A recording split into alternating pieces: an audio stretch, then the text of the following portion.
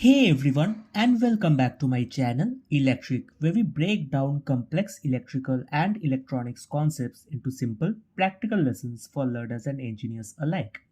Imagine you are standing in front of a transformer in a factory, substation, or interview room.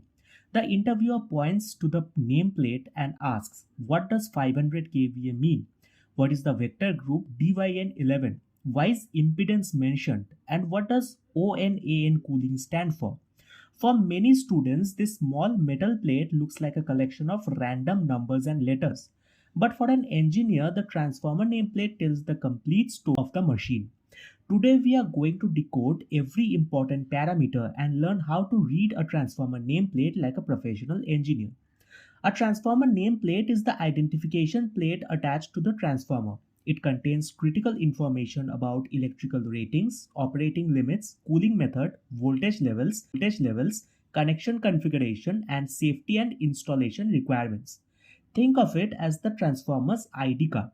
Every engineer should know how to read it.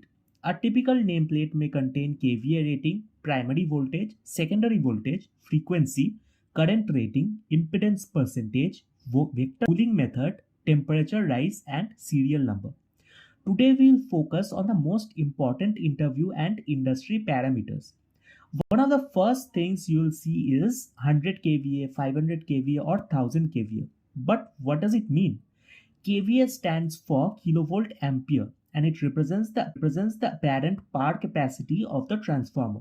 So why not kilowatt? Because transformer losses depend on voltage and current and not directly on power factor. Since power factor depends on the connected load and not the transformer itself, manufacturers rate transformers in kVA. Suppose a transformer is rated 500 kVA. This means it can safely handle 500,000 volt amperes without overheating. An important interview question is, why are transformers rated in kVA and not in kilowatt? Because transformer losses depend on voltage and current while kilowatt depends on load power factor.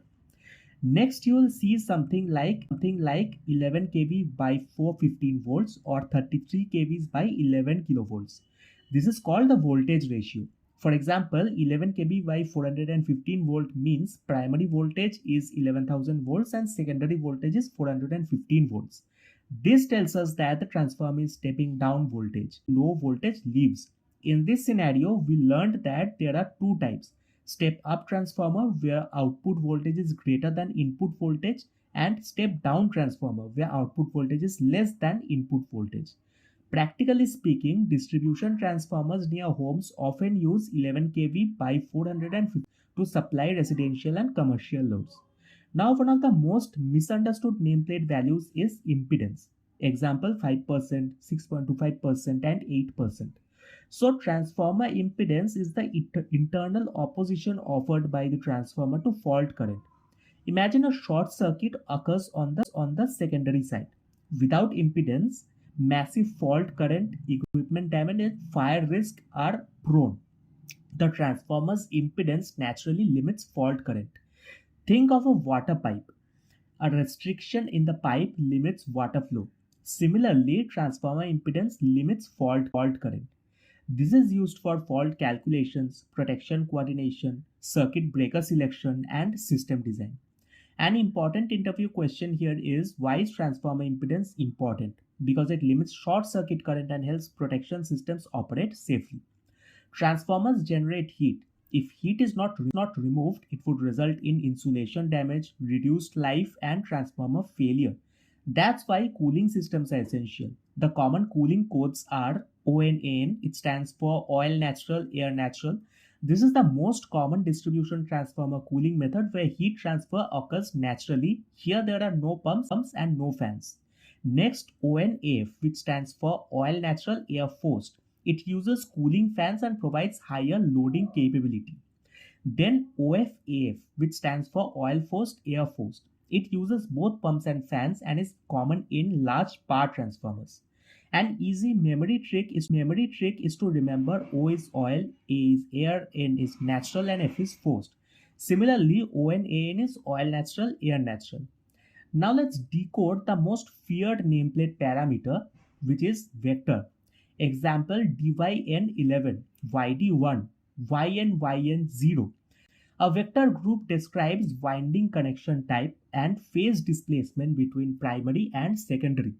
So Y denotes star connection, D is for delta connection, Z for zigzag connection, and N denotes neutral available. For example, DYN11. Here D denotes primary delta, Y is secondary, and 11 is phase displacement. Now here what does 11 mean? Think of a clock.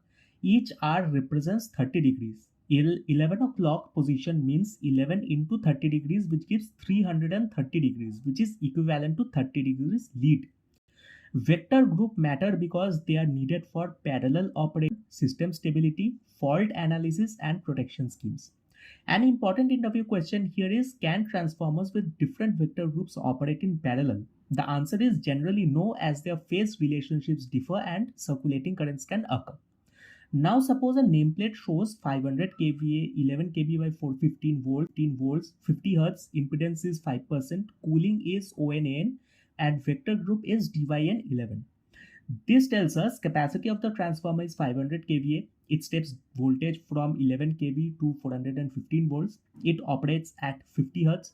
The fault current is limited by 5% impedance, is oil cooled naturally, and delta star configuration with neutral is available here.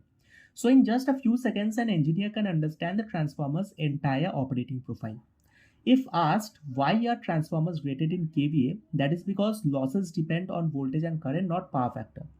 What is transformer impedance? It is the impedance. It is the internal opposition that limits fault current.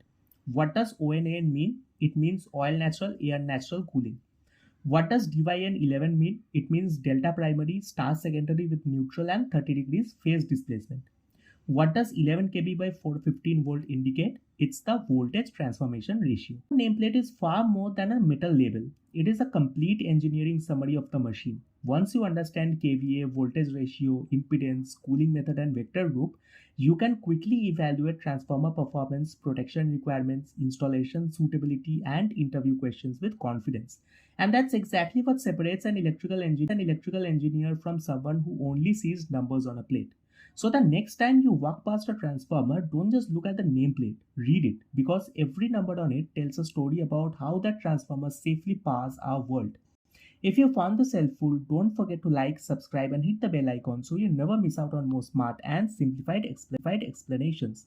Got more questions or want us to cover a specific interview topic? Drop it in the comments below.